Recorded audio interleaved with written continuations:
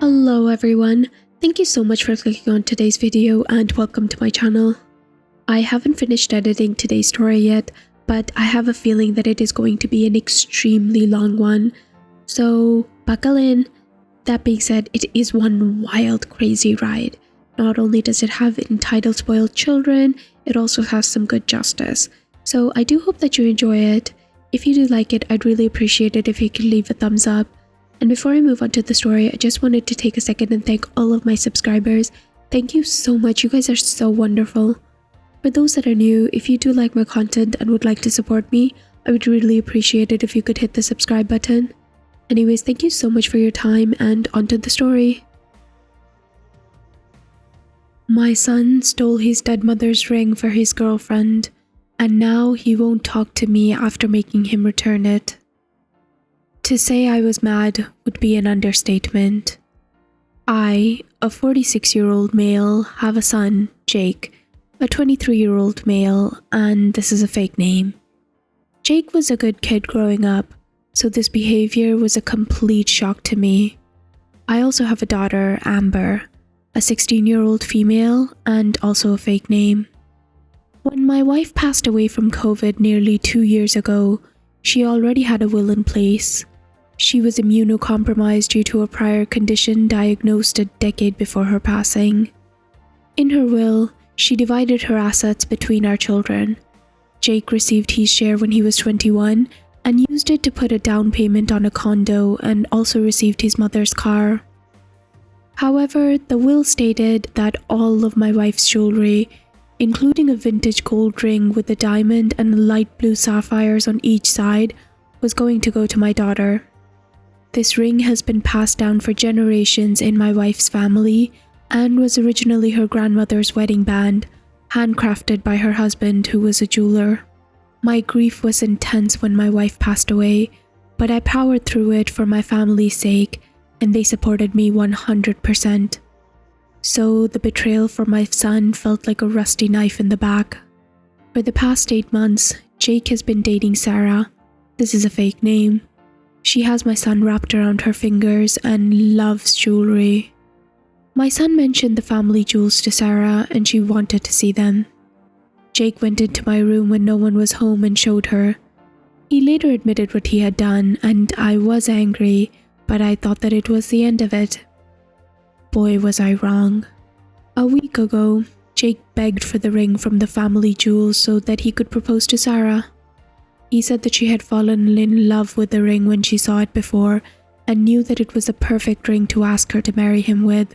Jake seemed convinced that I would be jumping for joy, but instead I told him that I was not the one to ask, as the ring belonged to Amber and I wouldn't have him pressuring her to give it up.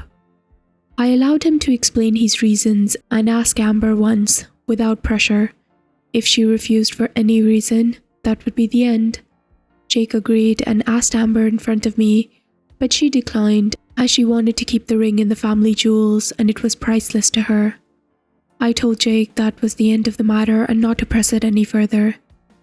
Jake left looking very unhappy about not getting the ring, but I thought that he would let it go and find a similar one. However, he returned another day when I was at work to talk to his sister after she got home from school. He and Amber got into a huge argument about the ring, and Amber called me crying. I called Jake and I told him to get out of my house and to leave his sister alone. Jake yelled at me that he should have just as much right to the ring as his sister because my wife was his mother too, but I reminded him that he had received a lot of his mother's money and her car. The jewelry was Amber's and only hers. He hung up on me, and Amber soon texted me that he left very angry. Later, my daughter called me right before I left work and told me that Jake had come back. He walked in dressed in a suit, went into my room, took something and left without saying anything to Amber. She tried to stop him from leaving, but he shoved her out of the way. I rushed home as soon as my shift was over and checked my wife's jewelry box. The ring was gone. I immediately called Jake, but he didn't answer, so I messaged him that I would involve the police if he did not return the ring. I warned him that using it to propose would not stop me from taking it back. That finally got him to talk to me. and he tried to say that I couldn't do that to him because he was my son. I said that I could and would because he had stolen the ring. I told him that he better bring it back right away or that I would take drastic measures. He called me right after that and whispered that it was too late, that he had taken his girlfriend out to dinner and proposed to her with the ring. He hadn't had it for more than an hour at this point, and the ring was already on her finger. I said that that was his problem. He had stolen the ring and could bring it back.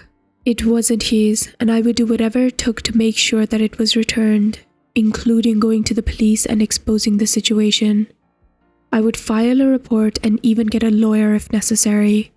Jake started crying and saying that I couldn't do this to him, but I told him, tough luck. He had stolen from both his sister and deceased mother, and I would not back down until the ring was returned. Jake wouldn't stop crying and making excuses, so I told him to have the ring back by morning or I would move forward with legal action.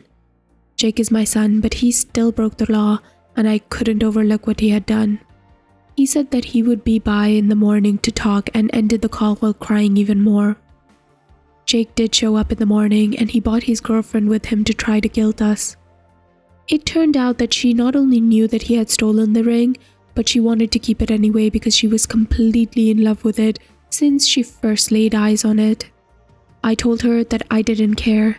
She could have a jeweler make a copy or something, but the original did not belong to her. It belonged to my daughter and deceased wife. Jake begged me one more time not to make him give back the ring, but I and my daughter stood firm. Return the ring or face the police and potentially a lawsuit, I told him. Jake's girlfriend then removed the ring from her finger, dropped it into my daughter's hand, and called me a quote-unquote evil bastard before leaving my house in tears. Jake started screaming at me, accusing me of destroying his relationship. I countered, saying that he had destroyed his own relationship by stealing a ring that didn't belong to him. What kind of son steals a ring from his own sister and deceased mother, I asked. This is beyond terrible. Jake had nothing else to say and left to follow his girlfriend. Jake then tried to involve others in the situation, but received the opposite reaction he had hoped for. I received phone calls and messages from people offering condolences and supporting me, not him. I tried to control the damage, but now everyone knows what happened. A week has passed and Jake has refused to speak to me. I have sent him detailed pictures of the ring in case he wants to have it replicated by a jeweler, but this would be very expensive, especially if he uses real stones. So far, I have not received a response. I'm unsure of the situation with his girlfriend and whether or not they're still together. Nonetheless, I still believe that Jake had to return the ring. I have since placed all of my wife's jewelry in a safety box, which only I have access to. The jewelry will remain there until my daughter turns 21. It may even stay there if she chooses to keep it safe. I am aware that I'm in the right for reclaiming the ring, but I don't want my son to hate me or for the family to hate him.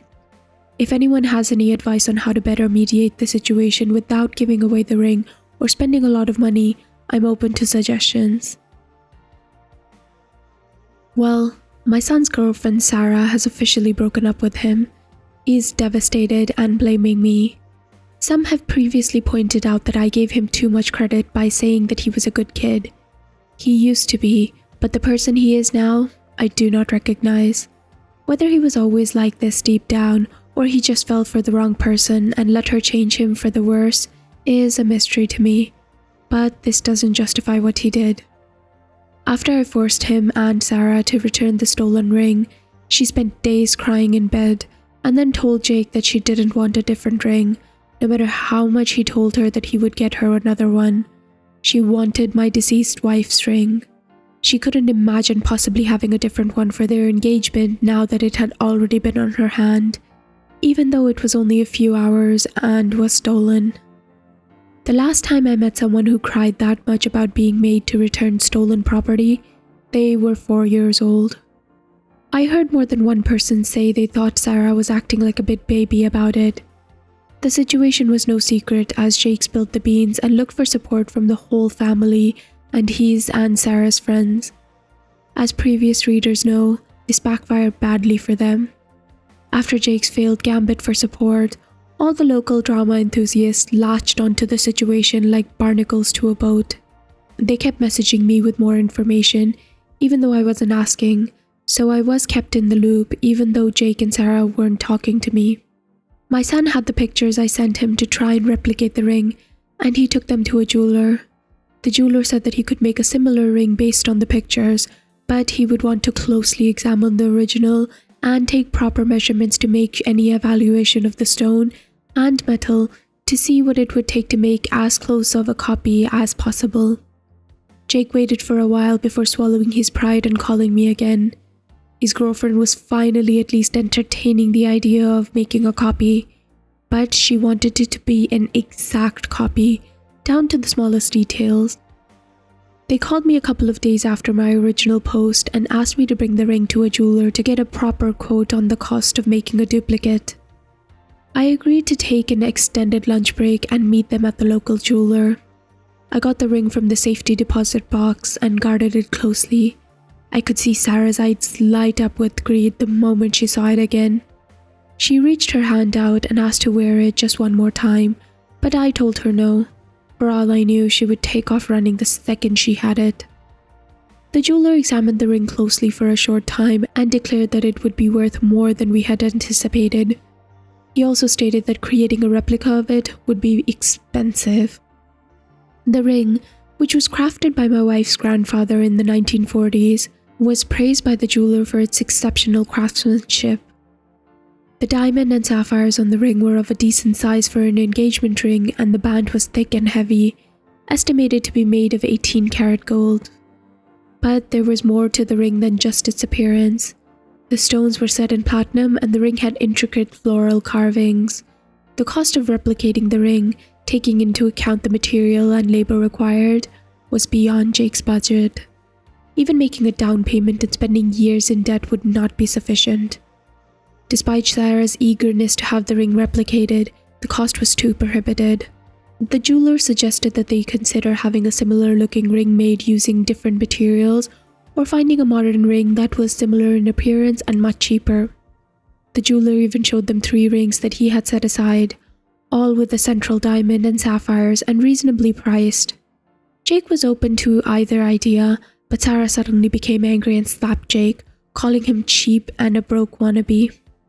She then turned to me and accused me of being an evil bastard for taking back the original ring. She claimed that the ring should still belong to her as it had been given to her when Jake proposed. She demanded the ring back, insisting that it was her right to wear it. She even stated that my daughter would never need it, as a man could just get her a different ring someday when he proposed to her. This made me very angry. I looked at Sarah directly and I told her that my wife's family ring would never belong to her. Jake had no right to give it away and he knew it, which was why he stole it when I was not home. Sarah's entitled behavior was what was wrong with the world today. She acted as if she was entitled to everything she wanted and had been lusting after my wife's ring since Jake first showed it to her. The whole speech was quite lengthy and included some assumptions. I couldn't help myself and I ended up speaking my mind.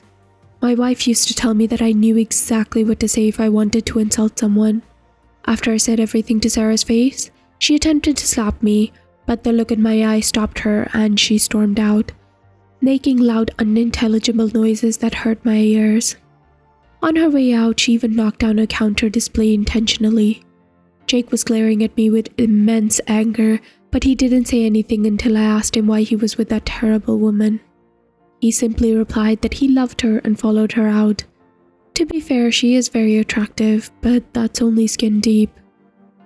Sarah didn't talk to Jake for a few days and then ended the relationship, stating that Jake didn't value her enough to buy her the ring she deserved and that she couldn't imagine having me as a father-in-law. She claimed to be thoroughly humiliated by me and cried that people now see her as a gold digger, but in my opinion, they're not wrong. After all, she slapped my son for suggesting a cheaper version of an expensive ring he couldn't afford, then threw a huge tantrum because I wouldn't hand over the original ring when she demanded it. That's the behavior of a gold digger if I've ever seen one. It's just my assumption, but how long would Sarah have stayed with my son if someone wealthy had come along and swept her off her feet? I don't think that she would have stuck around. I believe that she was only after the ring, nothing else. After the breakup, Jake tried to enter my house while I was away. I don't know what he was after, but I speculate that he may have been after the money in my safe or thought that the family jewels were still in the house. However, I hadn't told him at that point that I had stored them in a deposit box. I really hope he wasn't breaking in for either of those reasons, but since he stole from us, he could do it again. Someone suggested that I change the locks to my house, which I did, so Jake's key wouldn't work anymore. I'm also looking into getting cameras installed. My daughter Amber called me after Jake showed up and started banging on the door, demanding to be let in. She was frightened. I called his cell, but he didn't answer. However, it seemed to have spooked him because Amber said that he left right after his phone started ringing. He has a special ringtone for me, so he knew that it was me calling immediately. Jake called later that evening, but before he could start yelling at me, I demanded to know what he was doing trying to break into my house while I wasn't home earlier.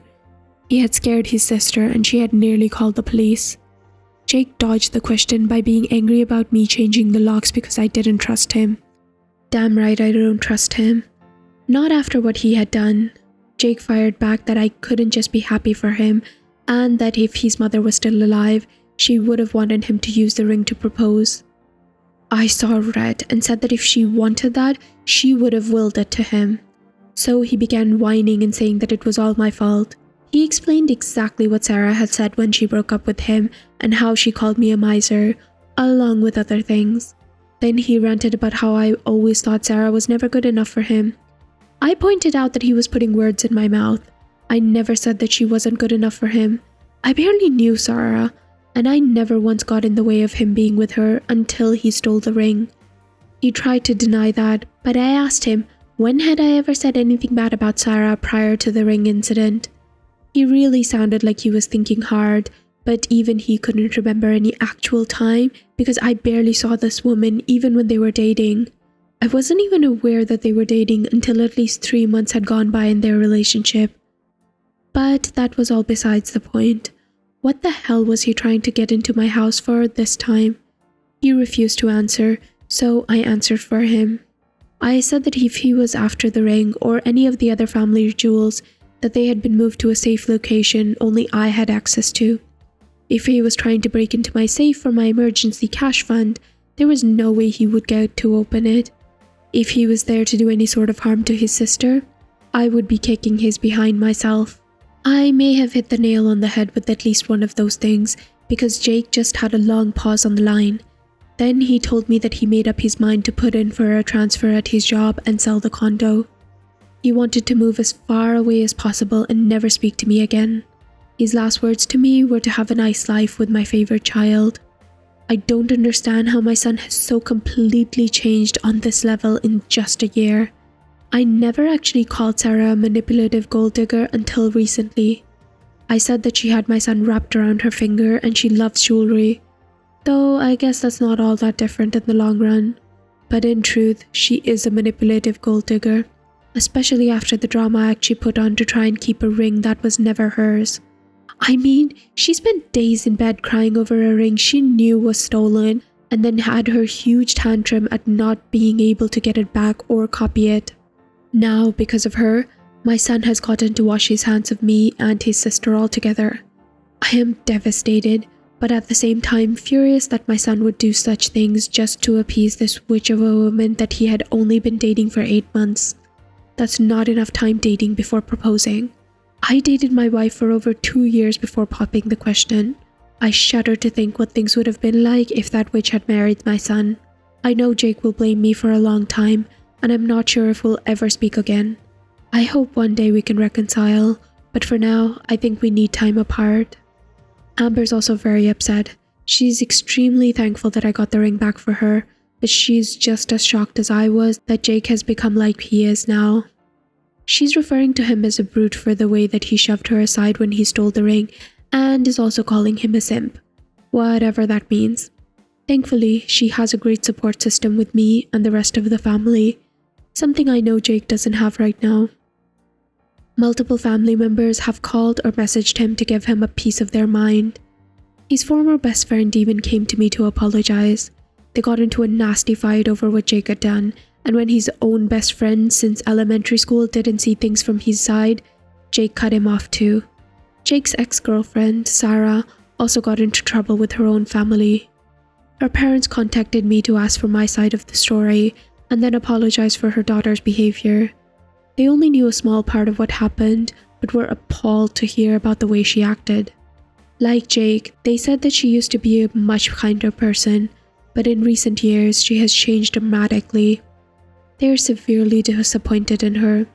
They were covering half of the rent for her current apartment, but now they're telling her that when her lease is up, they will not renew it. She can either pay the full rent herself or find somewhere else to live. Now she's cursing my name and saying that this is all my fault. What is it with people these days? It's like ever since all those memes about entitled people on the internet became popular, they just multiplied. When I was Jake's age, I only saw people like that on rare occasion. Now they're everywhere. I've even seen 2 in local supermarkets this year. They were spreading their toxicity like a flood in the world. I can only hope that one day my son will come to his senses and find happiness again. Whether or not he chooses to speak with me again, I will hold out hope that he will return to being the kind person he once was. I'll ask by asking people to please stop messaging me for pictures of the ring. I've received many requests for various reasons, even for replicating the ring. My daughter is aware of this Reddit account and is proud of me, but she doesn't want pictures of the ring online. It's her decision and I respect it. I also don't want to post the pictures as it may be copied and lose its uniqueness. I allowed my son to copy the ring, but it's a family matter. I deleted the pictures that I sent to Jake and the ring is now in a bank vault. I plan to get a better home safe for it in the future. In the past few weeks, I've had cameras installed and I'm grateful. For those who asked, my son and Sarah did not get back together. He's selling his condo and hasn't spoken to me since our last phone conversation where he told me to have a nice life with my favorite child. I've seen my lawyer about my estate and have altered my will. My son hasn't been written out, but he has lost some of his inheritance for now. After some time to reflect, I don't feel remorse for Jake anymore due to his actions. Amber calling him a simp feels fitting, once I found out what that meant. I don't want to be angry or sad anymore, as it's not helping me. I will do my best to let it go and move on. Jake seems to be moving on without us, and hopefully he'll understand his mistake in the future. I did run into Sarah, my son's ex, at a random place in town. She spotted me with a friend at the local shopping mall and called out to me in front of many people. She started booing me and calling me a greedy miser. My friend laughed and called her a thief and a gold-digging bee who just wanted my dead wife's ring. The crowd turned to look at her and she flipped us off while cursing my name and knocking over anything in her path, including a small child who started crying. She realized she hurt the child and took off running. My friend and I helped the very pregnant mother of the child calm the kid down, and thankfully the kid was okay. Sarah showed up at my house later and yelled that it was all my fault that her friends were saying that she's a gold digger and wouldn't hang out with her anymore. I told her she was a gold digger because of her actions. She never had a right to my wife's ring, and she cried like a child when she couldn't get it, and then broke up with my son just because he couldn't afford what she wanted. That's the behavior of a gold digger. I am not to blame just because she wanted my late wife's ring so badly. I will make sure she never sees it again. After more unintelligible screaming from her, she stomped back to her car. I had hoped that that was the end of it, but she just wouldn't leave it be. For those who think that Sarah's and Jack's personality changes were due to illicit substances, I'm not sure if I should apologize, but it wasn't the case. It was all them.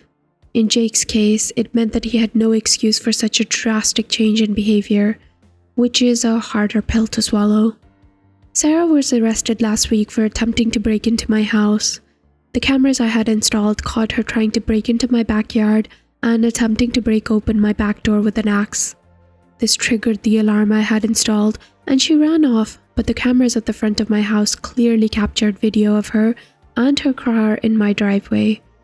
She also left the axe with her fingerprints on it on the ground before she fled. When the police arrived, she was gone, but they later found her at her apartment. They initially just wanted to arrest her for breaking my door and trespassing, but she went crazy and was pinned to the ground and taken away by the police. It is clear that she has some sort of mental issues. A few days after her arrest, I spoke to her parents. They offered to pay for the broken door and gave me some details. Apparently, substances were not involved. She was given a test at the station and it came back clean. Since she wasn't on anything, I don't think Jake was either, but Sarah was found to be very mentally unwell. Her parents promised me that I would never have to deal with her again, as they plan to move her out of town after they deal with the legalities of her situation. They haven't contacted me since then, but I don't think that it's my business. I do feel a little sorry for her now, as she likely needs major mental health treatment. I knew Jake was aware of what had happened with Sarah since everyone was talking about it, but he hasn't reached out to anyone. One of the people he works with contacted me and told me that Jake is still very angry about it. He still believes the ring would have been a small price to pay for his happiness. Now that Sarah has been taken away, Jake has shifted the blame to her, calling her the crazy gold digger who ruined his life. He just continues to blame others. Until he accepts the responsibility for his own actions, I don't think we can have a relationship. He won't succeed in life if he can't take responsibility for his own actions. I just hope that some time alone will help calm him down and understand where he went wrong. This is likely to be my last update, unless something else goes wrong. If there are no new posts in the next coming months or years, y'all know that everything is fine, as much as it can be, considering the situation. I was hoping for no more drama or anything of the like, but it just doesn't stop. Yes, Jake sold his condo. I don't know for how much, but he probably made a profit flipping it. And last Saturday, he took whatever he could fit in his car and left. From what I know, the past few weeks have been hectic for my son. People all over town know what he did, as the gossip train never stopped. At one point, Jake nearly got into a fight with a man at a bar who called him out in front of everyone there. I tried to take the initiative and went to see him one last time, hoping that maybe we could talk things out and make amends before he left town. I realized that his moving away was the best thing for him, as he had already destroyed his reputation and was better off starting over somewhere else. But when I got there and knocked on his door, he refused to open it. I tried to say that I just wanted to talk, but he told me through the door that there was nothing to talk about, except that I'd ruined his life. After a short pause, he suddenly went on a rant about the ring and how I should have just let Sarah keep it and offered to help pay for the copy. But it didn't matter anymore, as Sarah was confirmed crazy and they were through for good, just like he was through with me and his sister. That made me angry, and I retorted that what he did was unacceptable. He assaulted his sister while stealing the ring from my house. I was lucky not to have him arrested for that, and everyone who knew what he did was against him.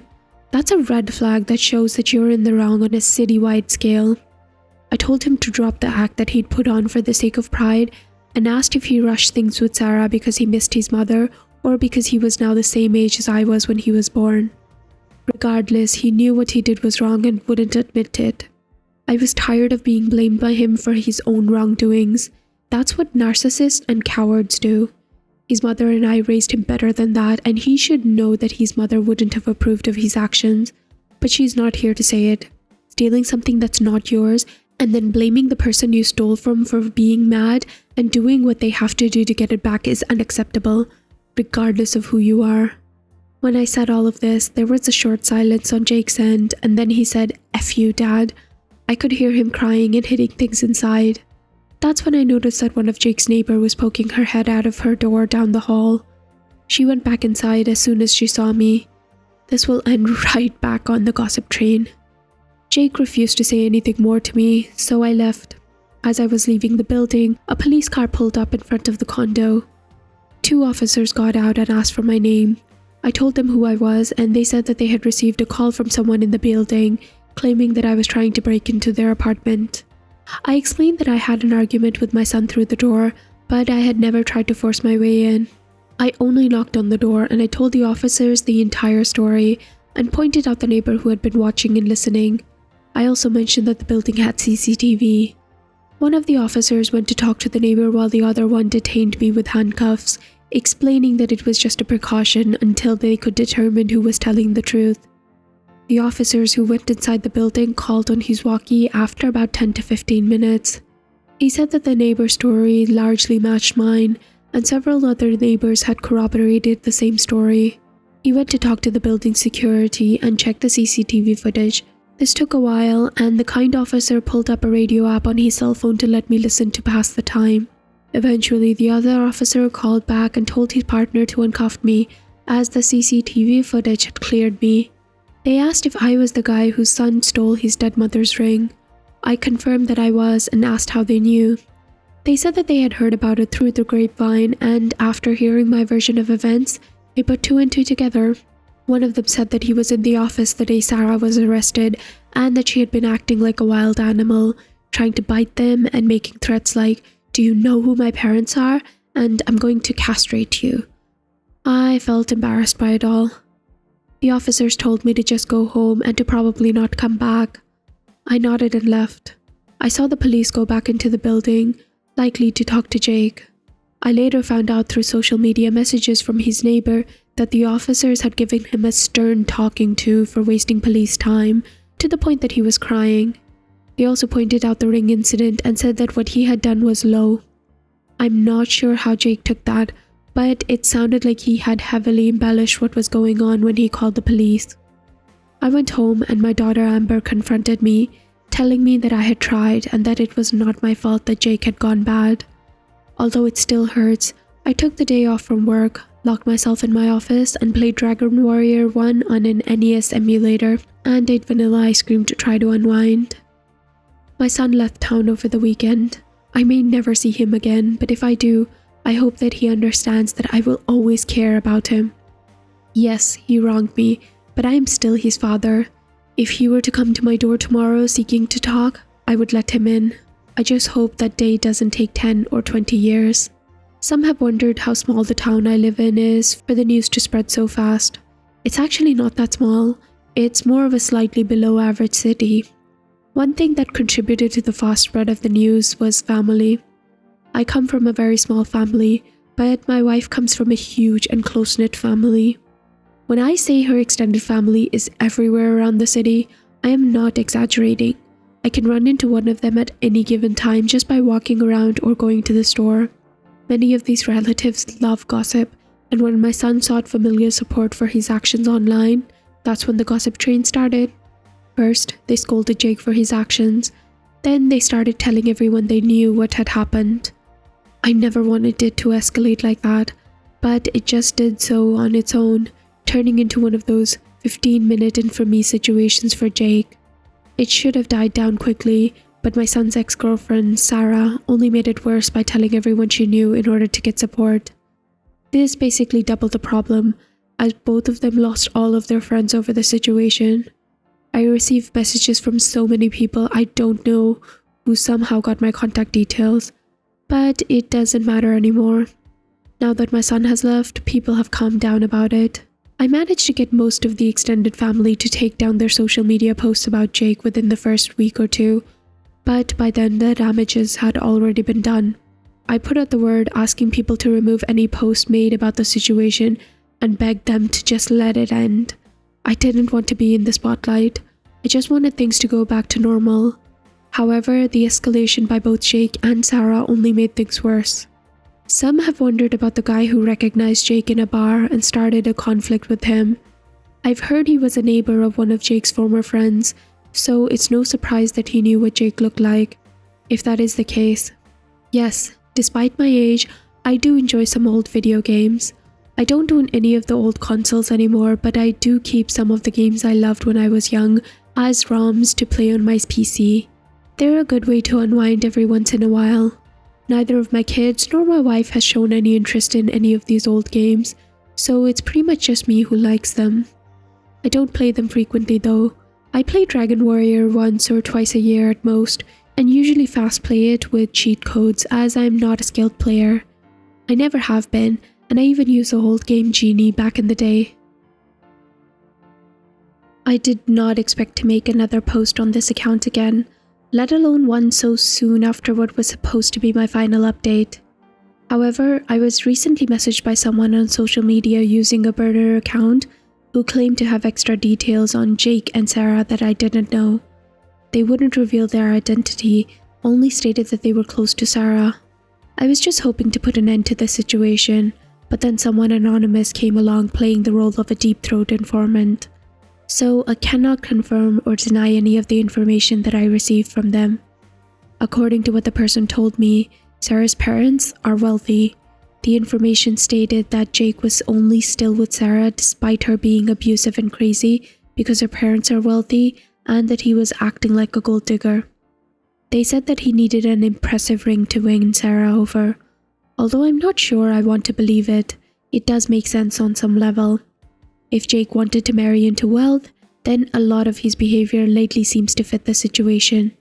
I cannot say if all of this information is true, but if it is, it would mean that my son never really loved Sarah and that it was all about money. Isn't it always the case these days? In the end, I'm not sure that things would have turned out the way Jake wanted. The person who messaged me said that Sarah was the black sheep of her family, a spoiled brat that endlessly demands, which is why her parents sent her to live out here and work a job to experience real life. She was apparently extremely angry at them for not financing her life anymore. The informant said that Sarah believed that if she got married, her parents would accept her back, but her high maintenance standards for potential partners meant that she could not hold on to one for long. Jake was the last in line of several. She only started dating Jake because he had his own condo.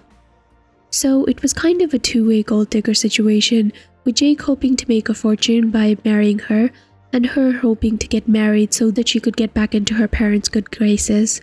I have a hard time understanding this. All of this raises questions about Sarah's parents saying that she was once a good kid. Maybe she was and then went off the rails in her teens or something? I don't know. This could be someone just messing with me for fun, or it could be the whole reason my son tried to rush into marrying Sarah. Either way, it has left me with more questions about my son than ever, but he isn't here to answer them anymore, and I'm devastated by the whole situation. My daughter Amber says she believes what this person told me, and that Jake has acted like he wants to be rich ever since he inherited money from his mother after she passed away. I think I need another day of playing retro games on my PC and some tubs of ice cream. Amber says cherry ice cream would be more fitting than vanilla this time. I'm not sure if that's a modern reference I don't understand, but I think I just need a mental break. I'd like to go on a vacation on the coast, but I don't have the time right now. Maybe in spring. I'm seriously hoping that this is the last update I'll have to post. I just want to be done with this situation. I'll be spending Christmas without my son for the very first time in over 20 years, and it's even sadder that my wife is gone too. It's just me and my daughter now. At least my wife's extended family is very supportive, and we'll be seeing them soon on Christmas Eve. So guys, what did you think about this? I want to shout out to one of my subscribers for suggesting the story. Boy, was it an insanely wild ride. Now, that being said, I'm not necessarily sure how much of this story I believe, so before I move on to how I would feel if the story were true, I think that it does get a little bit comical in certain places. Like, I think my mind just refuses to believe that there are people that are so crazy and willing to do such crazy things. That being said, now let's just give OP the benefit of the doubt and assume that all of this did happen and that there are crazy people in this world. Which, let's be honest, given how today's scenario is, I wouldn't be too surprised by. First of all, I feel so bad for OP. Like, first losing his wife and then his son going crazy. And not just that, I also feel sad for OP because his son just has so many different values from him now. I have met people like that in my life who I was really close to, but as time passed, our values significantly changed, and they sort of veered towards a more entitled side for them.